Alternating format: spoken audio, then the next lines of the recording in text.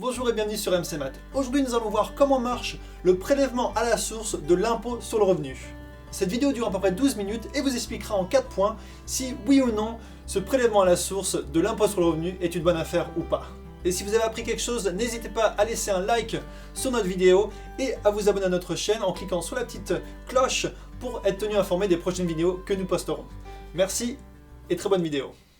Bonjour et bienvenue à ce film de politique économique qui s'intitule Le prélèvement à la source. Donc c'est à la mode puisque ça va arriver. Si ce n'est pas cette année, c'est l'année prochaine. Mais il est important de comprendre ce qui se passe avec le prélèvement à la source. D'abord, vous savez qu'on l'a nommé différemment. On l'appelle le PAS pour prélèvement à la source. Mais ce n'est pas le PAS. C'est le prélèvement de l'impôt sur le revenu à la source. Donc on aurait pu l'intituler prélèvement de l'impôt sur le revenu PIR, PIR, ou à la source PIRAS, ou PIRS. En tout cas pas PAS, pas PAS.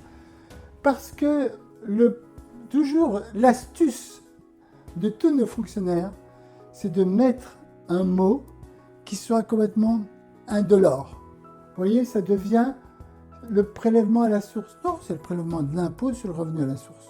Vous voyez, c'est pas juste un truc anodin comme le prélèvement à la source. C'est pas quelque chose de technique. Vous voyez, c'est pas quelque chose de technique, c'est quelque chose de politique et de politique économique.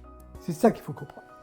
Chaque fois qu'on enlève des mots, qu'on enlève de la signification, qu'on leur met un petit mot ronflant, c'est une modification, c'est de la politique économique.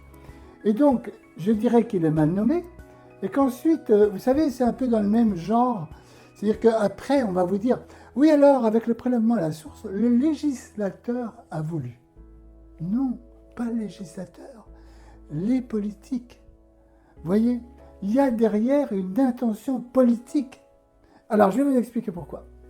Pourquoi l'impôt sur le revenu et pourquoi le prélèvement à la source est quelque chose de complètement vicieux dans lequel on s'engage.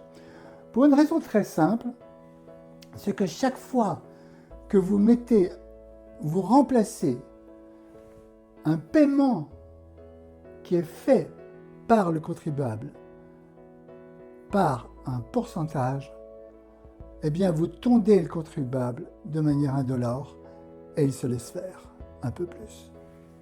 Je vous donne un exemple. On va changer complètement de sujet, on va parler de la sécurité sociale.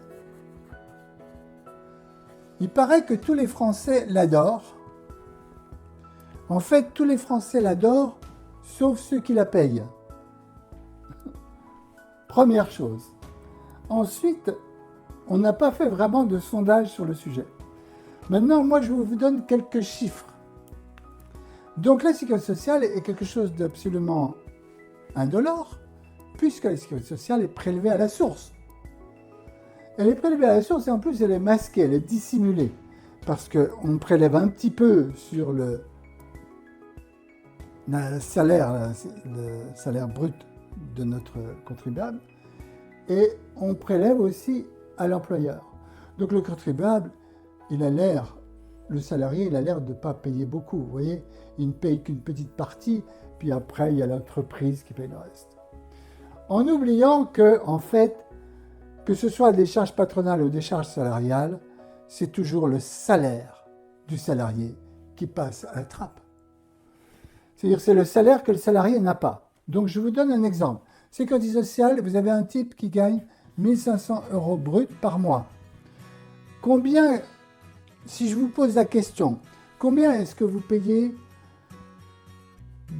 d'assurance voiture? Vous avez des chances de dire, ouais, assurance voiture, je paye à peu près, pour la première, je paye 400 € pour la moyenne, puis l'autre, je paye 600 € par an. Voilà, le mec, il va vous le dire. Vous allez me dire. Maintenant, si je vous pose la question aussi, combien vous payez de taxes d'habitation? Ah, taxes d'habitation, je paye, c'est cher, je paye 900 € par an. Vous voyez, vous êtes capable de le dire. Maintenant, je vous pose la question, combien vous payez de sécurité sociale par an? Et là, je vous pose la question. Est-ce que vous avez une réponse comme ça? Non. Je vais vous le dire. 1 500 € brut par mois entre les charges de sécurité sociale plus la CSG, donc il y a sécurité sociale, CSG et CRDS, mot barbare. Sécurité sociale, contribution sociale généralisée. Et remboursement, contribution pour le remboursement de la dette sociale. Eh bien, je vais vous dire en tout, et pour tout, le gars va donner 346 € par mois, c'est-à-dire 4 157 € par an.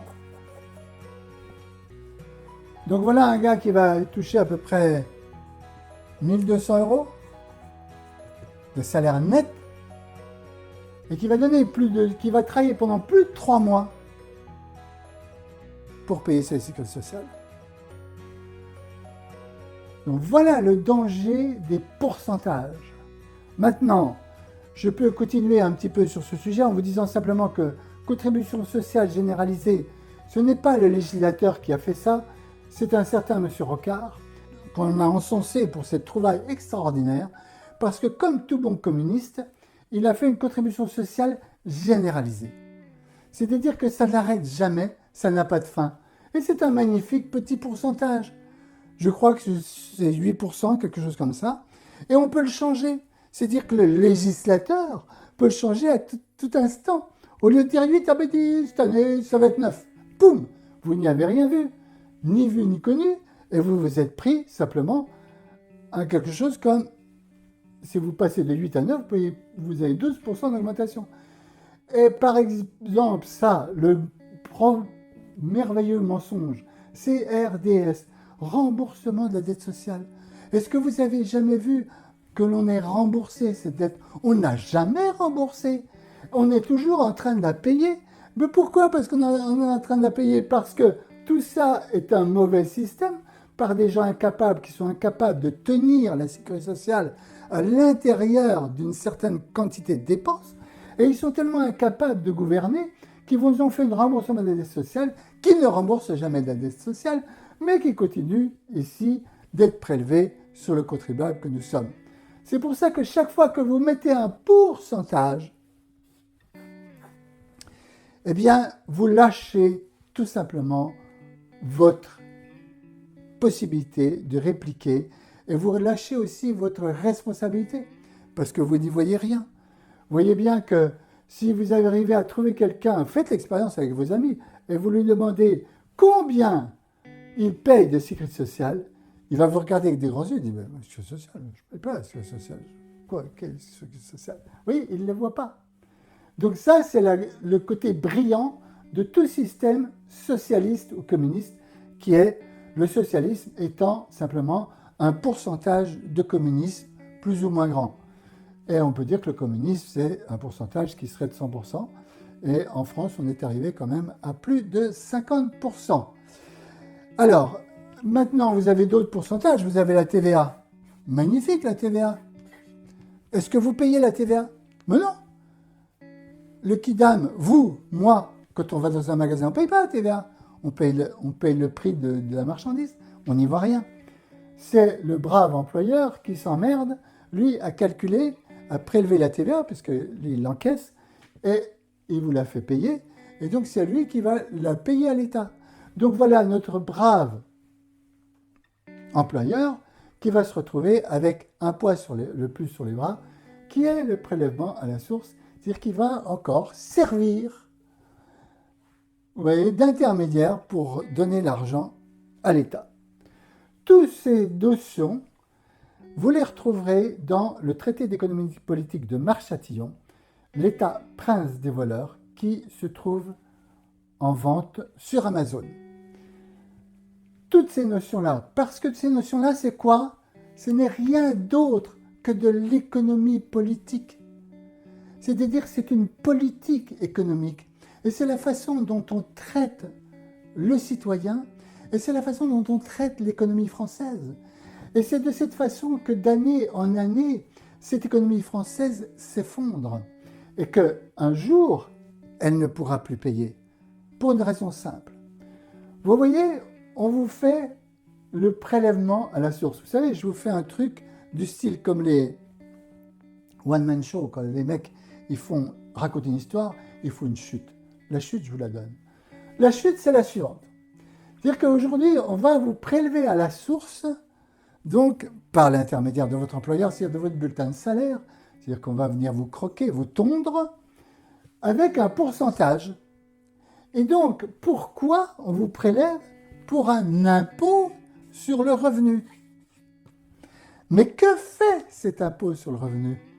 Alors, on vous dit, ouais, l'impôt sur le revenu, ça sert à faire des autoroutes. Bon, c'est raté pour la France, puisqu'on ne fait pas d'autoroutes. Ça sert à faire des routes. Ouais, mais on ne fait plus des routes, parce que vous savez, je ne sais pas si vous avez remarqué, mais les nationales sont transformées en départementales. Donc, c'est les départements qui payent les routes. C'est plus l'État.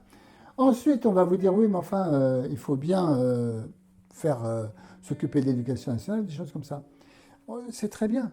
Juste aujourd'hui, on a une telle dette, c'est-à-dire que l'État est tellement endetté, c'est-à-dire qu'il est toujours en train de dépenser plus qu'il ne gagne, que l'impôt sur le revenu ne paye que l'intérêt de la dette.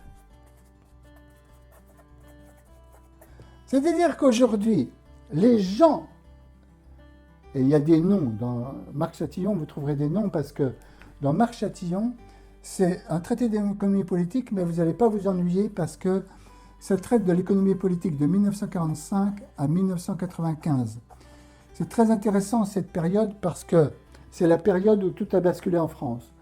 Entre 1945 et 1974, très exactement, nous avons eu des hommes politiques, nous avons eu des chefs d'État au pouvoir qui tenaient les rênes. À partir de 1974, eh bien, nous avons eu des gens qui ont lâché l'affaire, c'est-à-dire qui n'ont cherché qu'à collecter, qu'à se faire aimer du public.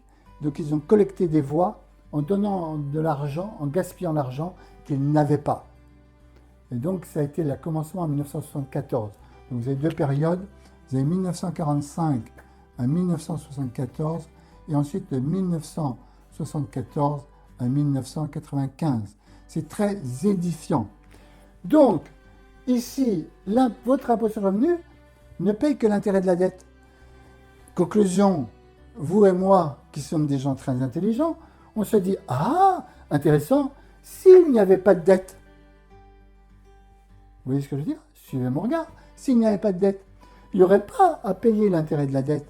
On pourrait se passer de l'impôt sur le revenu. Vous voyez, on pourrait se contenter de la TVA. Et puis, on n'aurait pas d'impôt sur le revenu. Ce ne serait pas merveilleux. Donc, vous voyez que l'incapacité de nos hommes politiques qui se sont succédés à partir de 1974 ont conduit à une situation et leur façon de procéder, ça a été de mettre des pourcentages.